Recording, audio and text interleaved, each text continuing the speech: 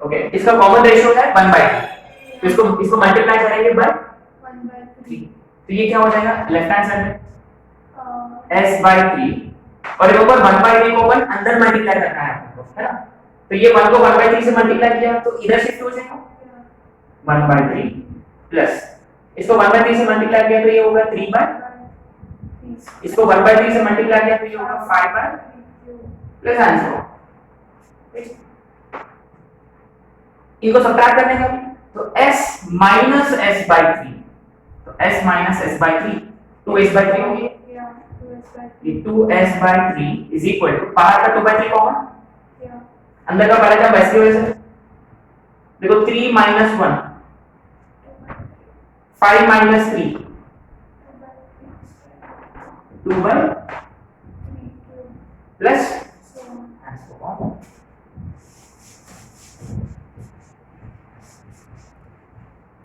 अभी नोटिस किया 2/3 कैंसिल, तो s is equal to 1 plus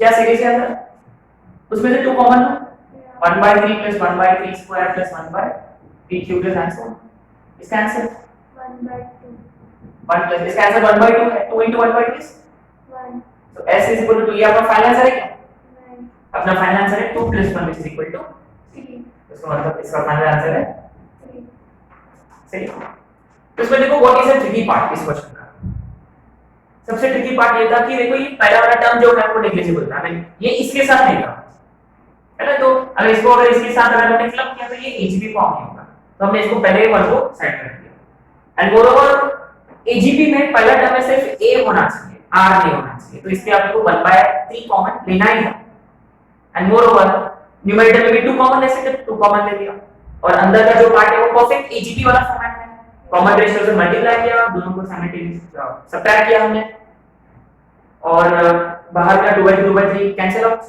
cancel each other out, और ब्रैकेट में देखो 2 कॉमन लिया था आपने, ये सिंपल सा trick for the answer.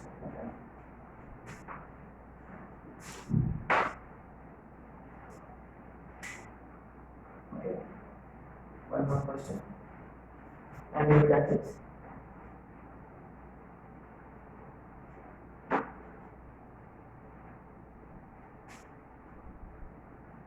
HT है ना, बाद में immediately will start HT. Okay. Find the product. Find the product 2 raised to 1/4 into 4 raised to 1/8 into 8 raised to 1/16 into 16 raised to 1/32 and so on infinity.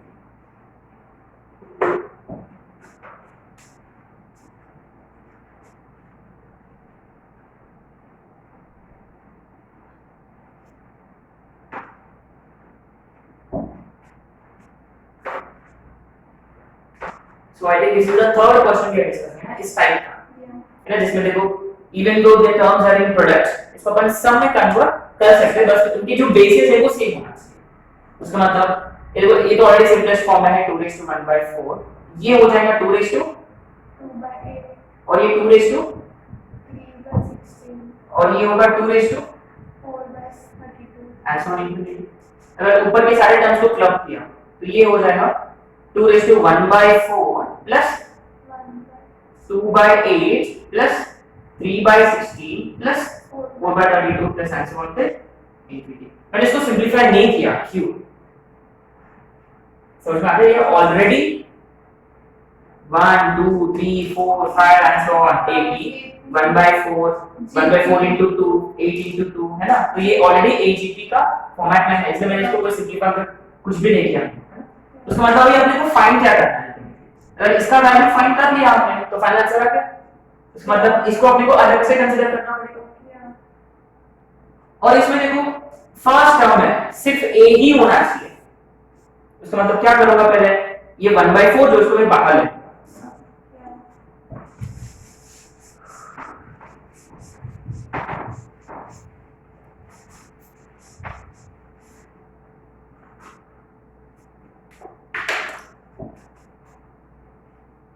तो एक काम करूंगा मैं, इसको इससे स्टार्ट करूंगा मैं S S, let s be equal to 1/4 plus 2 by 8 plus 3 by 16 plus 4 by 32 plus and so on till infinity।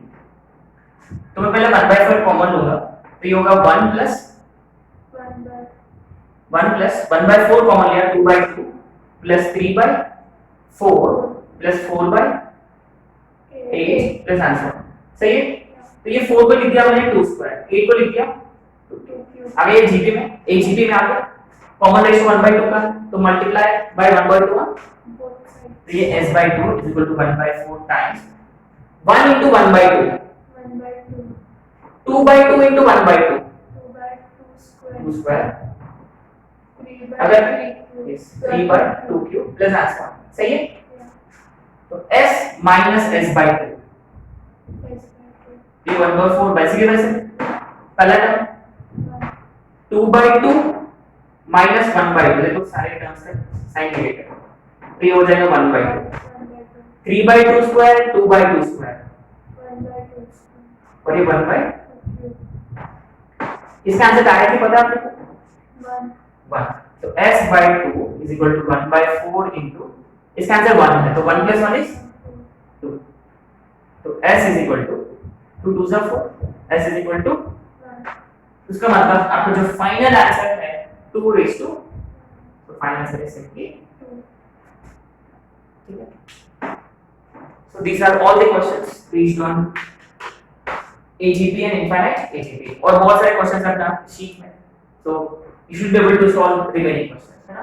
तो AGP और infinite AGP का बहुत ही सिंपल फंडा है, पहले आइडेंटिफाई करो कि कॉमन रेशियो क्या है and make sure that your first term has only a और उसमें कोई कॉमन रेशियो कुछ भी नहीं होना, जैसे कि इसको सॉल्व करना बहुत मुश्किल हो जाता है if you do not take 1 by 4 common है ना। तो पहले इसमें r नहीं होना चाहिए है ना, सिर्फ फर्स्ट टर्म यानी a ही होना चाहिए या 1 हो जाए 2 हो जाए 3 हो जाए राइट, बस वो ab के टर्म्स ही चाहिए। मल्टीप्लाई करो by common ratio shift by 1 place subtract करो बस आ गया आंसर ठीक है। बीच के टर्म्स जीपी में कन्वर्ट हो जाते हैं है ना। और इनफाइनाइट एजीपी सॉल्व करना बहुत ही आसान है compare to n terms of AGP.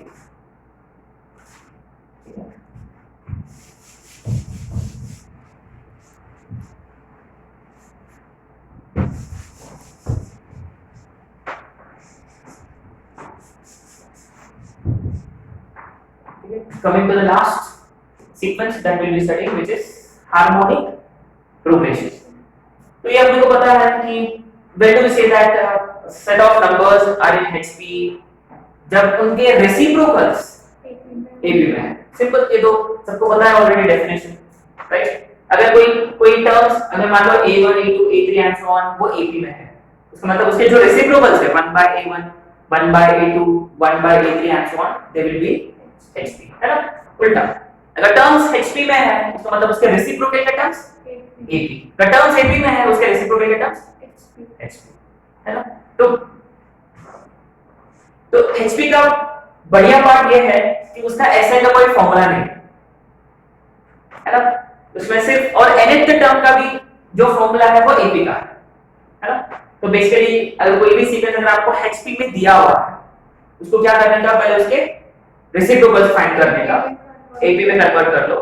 अगर HP का अगर मान लो 10th टर्म फाइंड करना है अपने को तो AP का 10th टर्म फाइंड करेंगे और उसका एग्जैक्टली पलट के लिख दिया आ गया HP का टर्म सिंपल। चलो let's write some definitions. Harmonic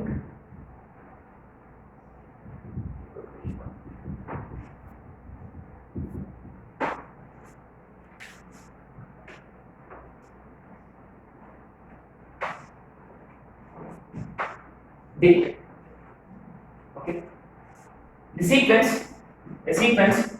h1 comma h2 comma h3 and so on comma hn are said to be in hp the sequence h1 comma h2 comma h3 and so on comma hn are said to be in hp if yeah provided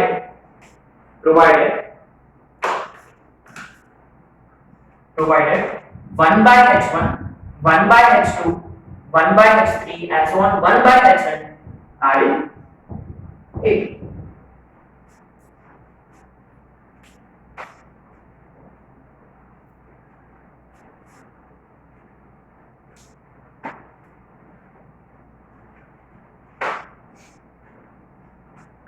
ठीक है। और next general term of HP, general term of HP,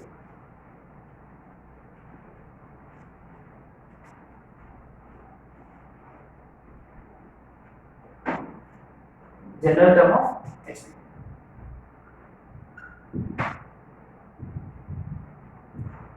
तो HP का कोई specifically general term नहीं है, जो अपन general term लिखेंगे वो ऑब्वियसली एपी का ही रहेगा, है ना।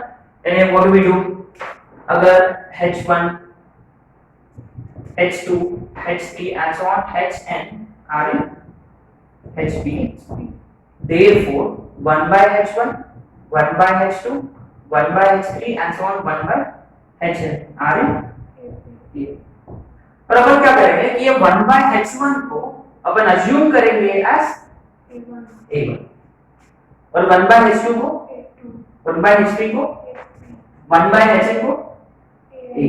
आगे नहीं सही है। So therefore, right? Therefore, इसका जो nth टर्म जो रहेगा, इसका nth टर्म जो रहेगा, therefore an is equal to a plus n minus 1 into b, right? तो ये a जो है ये a1 है और ये b जो है वो है a2 minus a1। ये देखो, लेकिन इनके बीच में रिलेशन क्या है बेसिकली कि 1 by hn is equal to an, यानी an is reciprocal of hn, यानी hn is reciprocal of a, यानी therefore hn is equal to 1 by an which is 1 upon a plus n minus 1 into, सही है।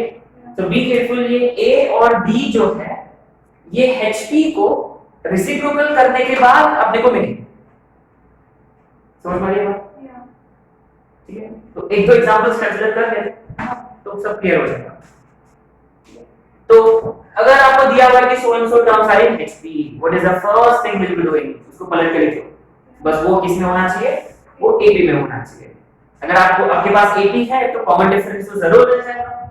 अगर आपको H5 पूछा गया है तो फाइंड करेंगे A5 और उसको पलट के लिख दिया, मिल गया, सिंपल। चलो let's solve some questions.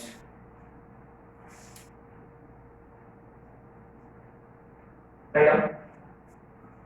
Question number. Find 4th and 8th terms. Find the 4th and 8th terms of HP. Of HP 6, 4, 3 and so on. Find 4th term. So can I represent 4th term by H4? सही है। और आपको find करना है 8th term यानी H8, सही है। तो इसका फंडा क्या है बेसिकली, अगर आपको H4 फाइंड करना है तो आपको पहले फाइंड करना पड़ेगा A4, अगर H8 फाइंड करना है मतलब आपको फाइंड करना है A8, है ना। तो फर्स्ट थिंग, अगर ये HP में है, अगर ये HP में है तो इसका करस्पॉन्डिंग AP क्या है? 1 by 6, 1 by 6, 1 by 4 और 1 by 3, ये AP में है। तो इस AP का पहला टर्म 1 by 6 और कॉमन डिफरेंस 1 by 4, सही है। तो 6 minus 4 2 by 24, 1 by 12, सही है। सिंपल। अभी अपने पास AP का फर्स्ट टर्म है और कॉमन डिफरेंस भी है और अपने को फाइंड करना है H4, उसका मतलब मैं क्या फाइंड करूंगा?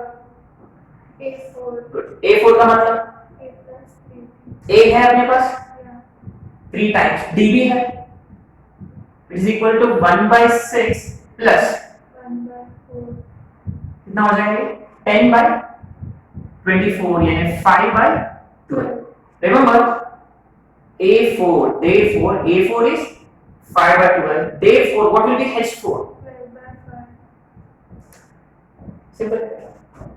अब ये फाइंड कर लो, ऐसे जो भी करता है।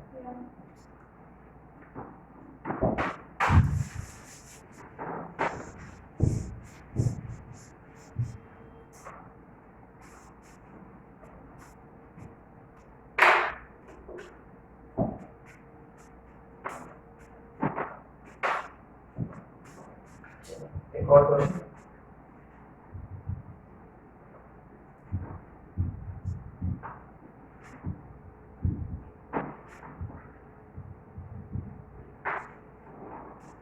if H1, H2 and so on Hn are terms of Hp, है ना, H1, H2 and so on are in Hp, and H3 is 15, H9 is 6. Find H11. Find H11. So what's the first thing we will do? Remember, upon Hp में कभी deal नहीं करेंगे, अपन उसको पहले अपन convert करेंगे Ap में. इसका मतलब अगर H3 15 है उसका मतलब A3 क्या होना चाहिए 1/15, और H9 6 है उसका मतलब A9 1/6, है ना. रिमेंबर ये इस Hp का करस्पॉन्डिंग है, सही है. और हमको पता है A3 का मतलब और A9 का मतलब सही है. बस दो कंडीशन साइमल्टेनियसली सॉल्व करें तो A मिल जाएगा, सॉरी A कैंसिल हो जाएगा, D मिल जाएगा, और D का वैल्यू आएगा, कोई भी इसमें डाल दिया तो A का वैल्यू आ गया. तो A है, D है, तो अपन फाइंड क्या करेंगे? रिमेंबर आपको फाइंड करना है H11. इसका मतलब उसको पलट के लिख दिया तो मिल गया H11. हो जाएगा calculation.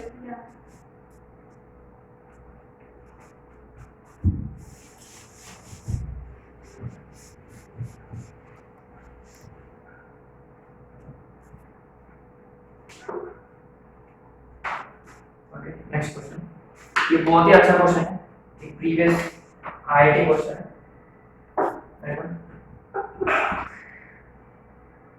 Let A1, A2 and so on An are in AP. Let A1, A2 and so on An are in AP, और H1, H2 and so on Hn are in H2. और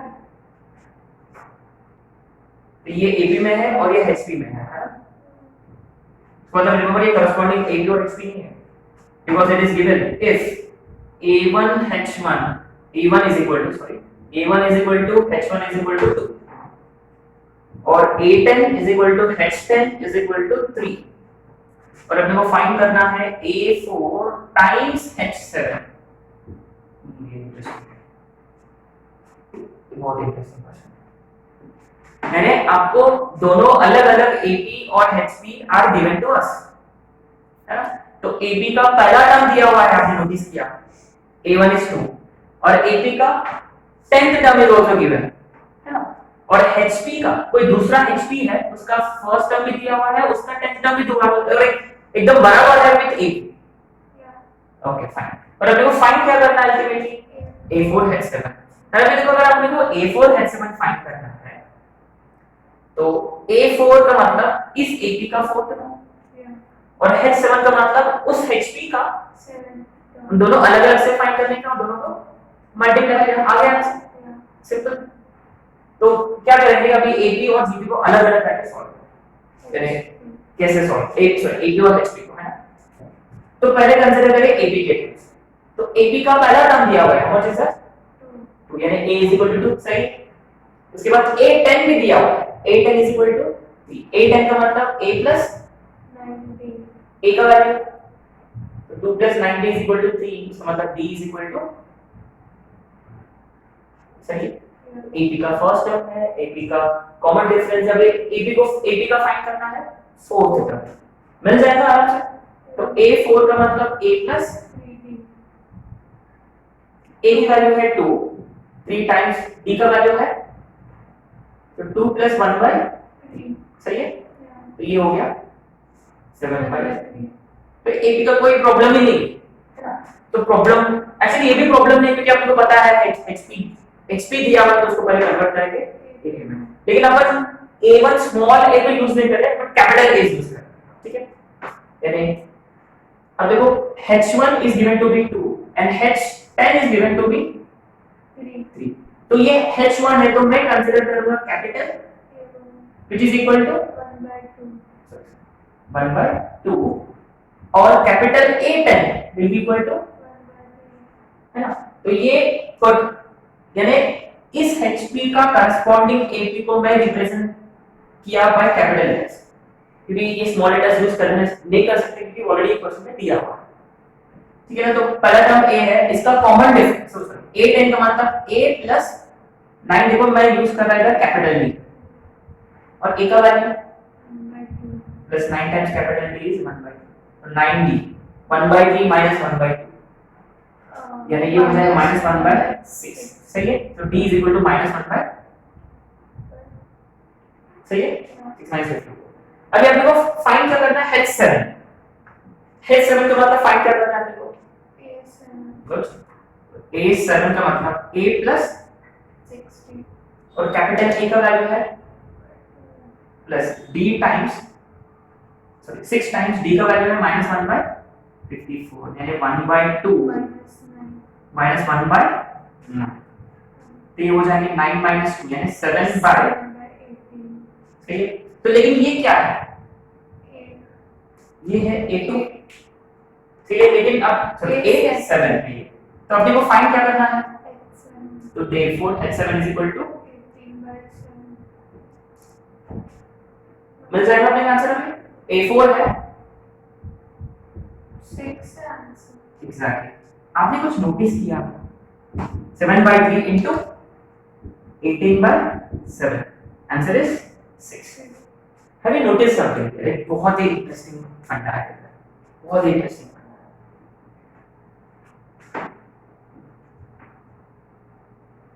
2 3s are 6 what is meaning of this actually यानी आप ये देखो you have been given an AP and another HP उनके पहले term same है और लास्ट टर्म्स भी सेम है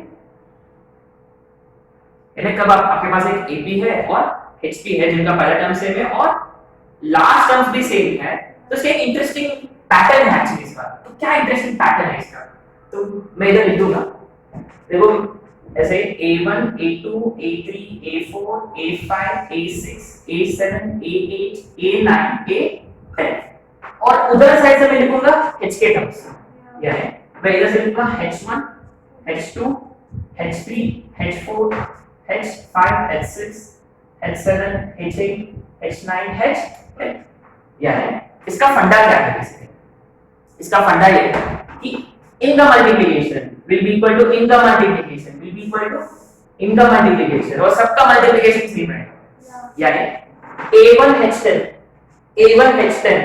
6 will be same as A2 H9 will be same as A3 H8 will also be same as अपने को find क्या करना था A4 H7 यानी अपने को ये सब करने की कोई जरूरत नहीं है ना लेकिन ये विपरीत वर्क ये काम कब करता है बेसिकली ये तब काम करेगा जब AP और HP का पहला टर्म्स और लास्ट टर्म्स है वन एंड दी सेम देखो A1 is equal to H1 A10 is equal to H10 तो a simple सा homework just to confirm this यानी इस क्वेश्चन में दिया होता है A4 H7 तो आपको फाइंड करना है A5 H6 A5 और उनका मल्टीप्लिकेशन भी कितना आना चाहिए 6 आना चाहिए बस वेरीफाई करना है घर पे करना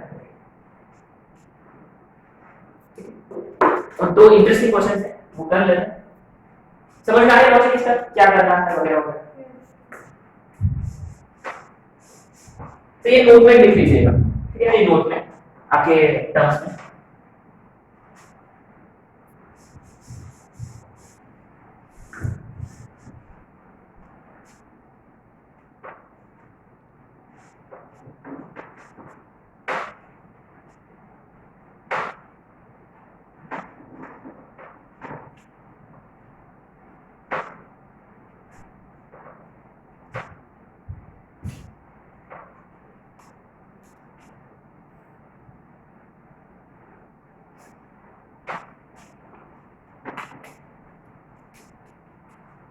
Next question. If X, Y and Z are in GP,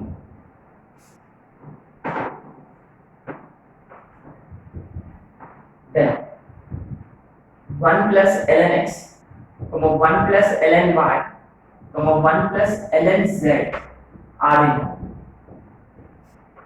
so bracket X, Y, Z, they are all greater than तो एक इंपॉर्टेंट पॉइंट था अगर कोई 3 टर्म्स जीपी में है तो लॉग अप्लाई किया तो वो लॉग के साथ अभी जो 3 टर्म्स जो है यानी log x log y log z वो एपी में रहेंगे। ठीक है, डिस्कस दिस कि अगर x y z जीपी में है तो log x log y log z will be AP, है ना?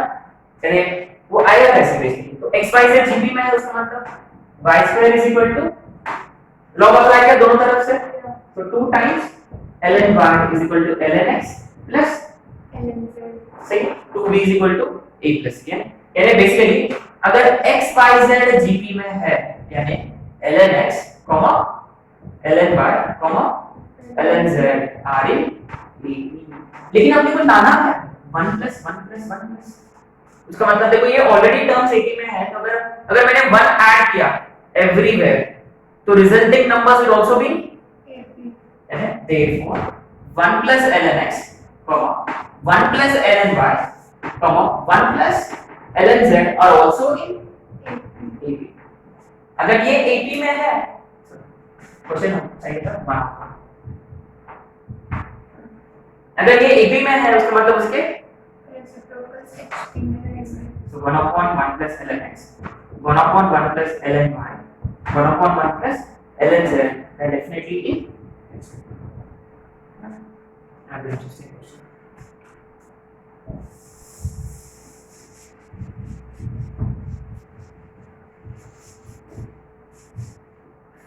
ठीक है, लास्ट क्वेश्चन फाइंड आउट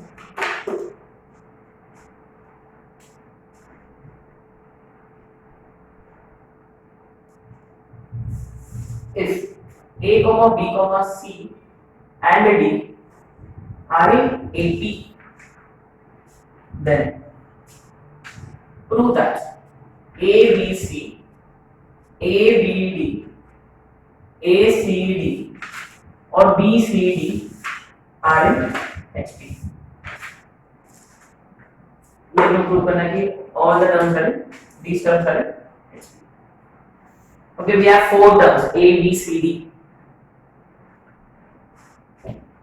लेकिन जो टर्म्स अभी को प्रूफ करना है जो सीक्वेंस को प्रूफ कर रहा है इसमें सिर्फ ABCD नहीं है उसके साथ में देखो 3 नंबर्स है एक साथ यानी ABC है ABD है ACD BCD वगैरह वगैरह लेकिन अपने पास जो है जो सीक्वेंस में सिर्फ है A B C और D what to do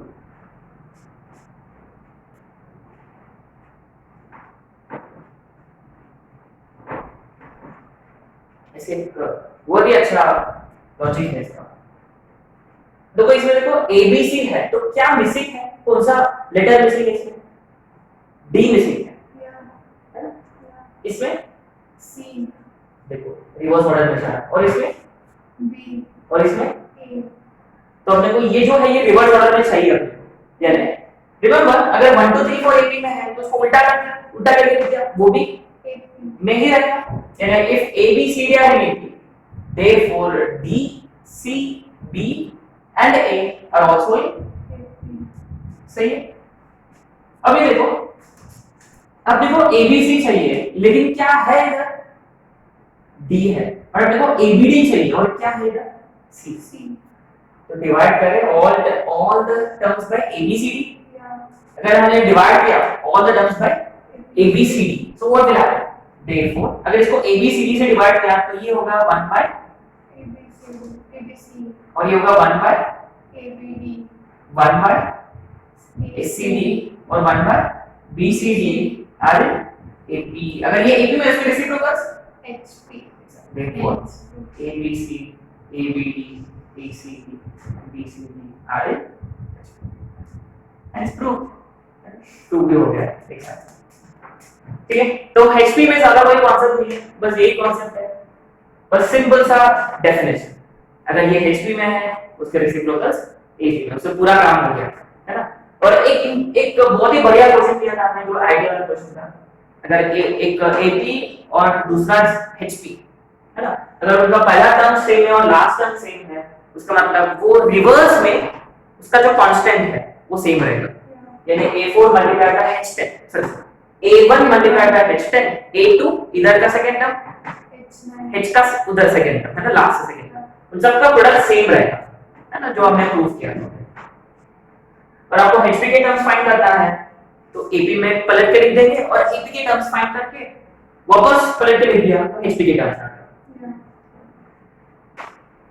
तो अच्छी बात है, इसमें SL का कोई स्टैंडर्ड फॉर्मूला नहीं है, कोई डेफिनेशन नहीं है इसका। तो इसका मतलब अपना नेक्स्ट टॉपिक रहेगा AM, GM और HM। तो कल अपन करेंगे AM, GM और HM और उनका, और एक बहुत ही इंपॉर्टेंट रिजल्ट है AM ग्रेटर देन और equal to GM। AM, GM बहुत ही इंपॉर्टेंट कॉन्सेप्ट है।